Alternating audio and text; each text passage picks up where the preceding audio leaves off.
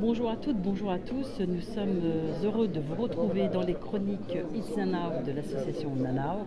Je suis en compagnie de Cédric Massetti qui travaille en fait dans le réseau Initiative Sarthe.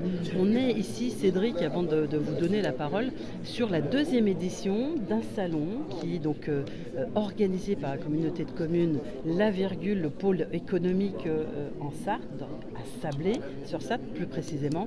Et c'est une deuxième édition mis à disposition, organisée pour que des entrepreneurs ou des porteurs de projets, des hommes, des femmes, puissent avoir l'occasion de venir trouver l'acteur économique nécessaire dont il peut avoir besoin au moment où il est rendu sur son projet de création. J'ai bien résumé, Cédric? C'est exactement ça, tout à fait. Le salon, la journée de l'entrepreneuriat organisée par le pays sabolien pour permettre à tous les porteurs de projets du territoire de venir rencontrer l'ensemble des acteurs qui œuvrent au développement économique et puis d'avoir aussi des ateliers et un peu d'outils de travail, comme on dit. Très bien. Bon, alors, on sait ô combien l'entrepreneuriat, on ne crée pas ou on ne reprend pas comme ça par hasard. Il y a des étapes, il y a un process, on ne se jette pas comme ça sans réfléchir. Parfois, on a aussi besoin de financement, d'aide. Est-ce que vous pouvez, pour nos internautes, nous expliquer ce que fait le réseau Initiative? Avec grand plaisir. Donc, le réseau Initiative Sarthe, nous, on est une association de chefs d'entreprise et on accompagne depuis plus de 30 ans maintenant sur le territoire de la Sarthe les porteurs de projets, aussi bien en création, reprise et développement d'entreprises. L'objectif de notre association, c'est vraiment d'accompagner des entreprises dans la pérennité et de pouvoir développer le tissu économique en permettant, plus il y aura d'entreprises, plus il y aura d'emplois sur le territoire. Et donc nous, on essaye de répondre à 3 difficultés majeures qu'on a pu identifier dans la vie d'un créateur ou repreneur d'entreprise.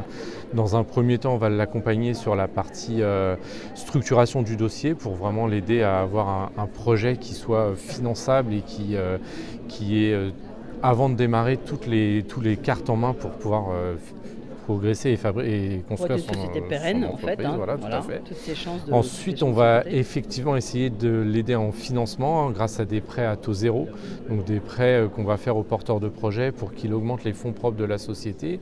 Et ces prêts peuvent aller jusqu'à 50 000 € suivant le projet, suivant ce qu'on appelle le prêt d'honneur. Le prêt d'honneur, tout à fait. On explique un petit peu en détail. Ce prêt d'honneur, c'est un prêt à la personne. Il peut être garanti de mémoire. Alors effectivement, c'est un prêt qu'on fait donc à la personne physique avec une obligation de remettre en apport en compte courant dans la société créée, ce qui permet, comme je le disais, d'augmenter les fonds propres de la société, les quasi-fonds propres. Et ainsi, quand on va voir un partenaire bancaire, il est plus facile de déclencher le prêt bancaire. On parle chez Initiative d'un effet levier de l'ordre de 1 € prêté par Initiative Sarthe pour aller chercher 10 à 12 € de prêt bancaire. Vous en prêtez 1000, vous pouvez avoir 12 000. Voilà. 20, on peut aller vous avez tout compris. C'est génial, et sachant que c'est garanti. Et c'est garanti effectivement par la BPI souvent et on n'a pas de caution ni de frais dessus, pas d'intérêt du coup par définition. L'intérêt de ce prêt d'honneur, donc il est d'abord d'aller chercher le prêt bancaire, mais il est aussi d'amener de la trésorerie pure dans l'entreprise pour que les premiers mois d'activité soient beaucoup plus sereins. On sait ô combien c'est nécessaire, c'est obligatoire, parce que souvent c'est un petit peu le travers de nos porteurs de projets ou créateurs ou repreneurs, c'est de mettre déjà tout leur sous-perso, et puis après de plus avoir un copec lorsqu'ils doivent, investir, acheter des outils ou des compétences, et puis là, plus un copec, évidemment, là c'est plus compliqué qu'on a plus de sous, de se faire prêter de l'argent. Et les premiers mois d'activité se déroulent rarement comme on l'a prévu, et donc il est important d'avoir un petit coussin de sécurité et d'avoir de la trésorerie pure qui ne va pas servir à financer les investissements, mais vraiment qui est là pour attendre le développement de l'activité.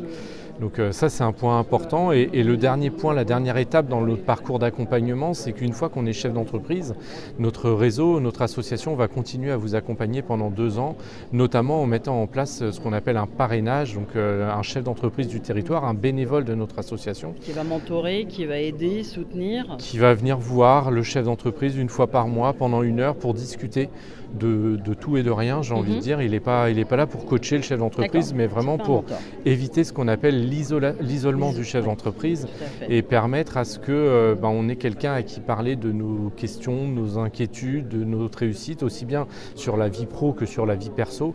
Et ça, c'est un élément important parce que quand on est chef d'entreprise, on développe à fond, on a la tête dans le guidon et on a besoin de ce recul et d'éviter ce qu'on appelle l'isolement du chef d'entreprise.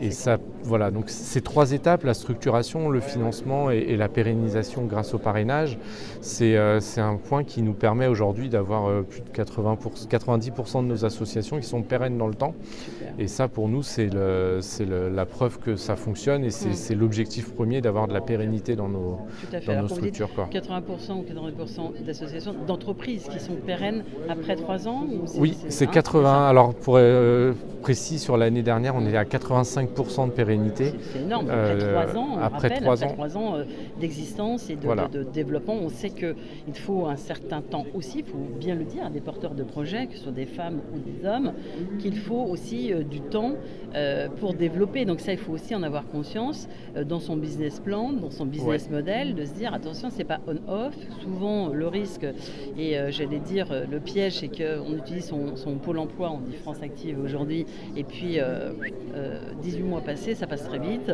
et puis d'un coup, plus de sous. Donc avant de cramer, j'ai envie de dire, de façon très familière, mais voilà, chez Nana, on parle vraiment cash, des gens de la vraie vie du territoire, eh bien, il faut aller vers des structures comme le réseau Initiative, et là, c'est le réseau Initiative Sarthe qui est là aujourd'hui sur cette belle action organisée par le Pays Sabolien pour aider les porteurs de projets, les repreneurs et repreneuses ou créatrices, évidemment, ou porteuses de projets. Eh bien, écoutez, je ne sais pas si vous aviez quelque chose, un conseil à donner à quelqu'un qui va voir cette vidéo et qui ne connaît pas du tout ce salon. Qu'est-ce que vous avez envie de lui partager ?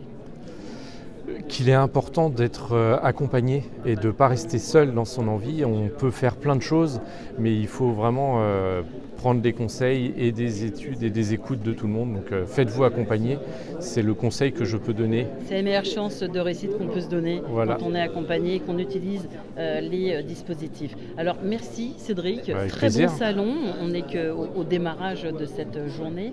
Et puis on retrouvera cette vidéo sur nos réseaux sociaux, bien sûr, de Nana, sur la chaîne YouTube Nana, mais également sur NTV Media, qui est un média 100% digital. Je vous dis à très bientôt. Merci, au revoir. Merci Cédric. Merci.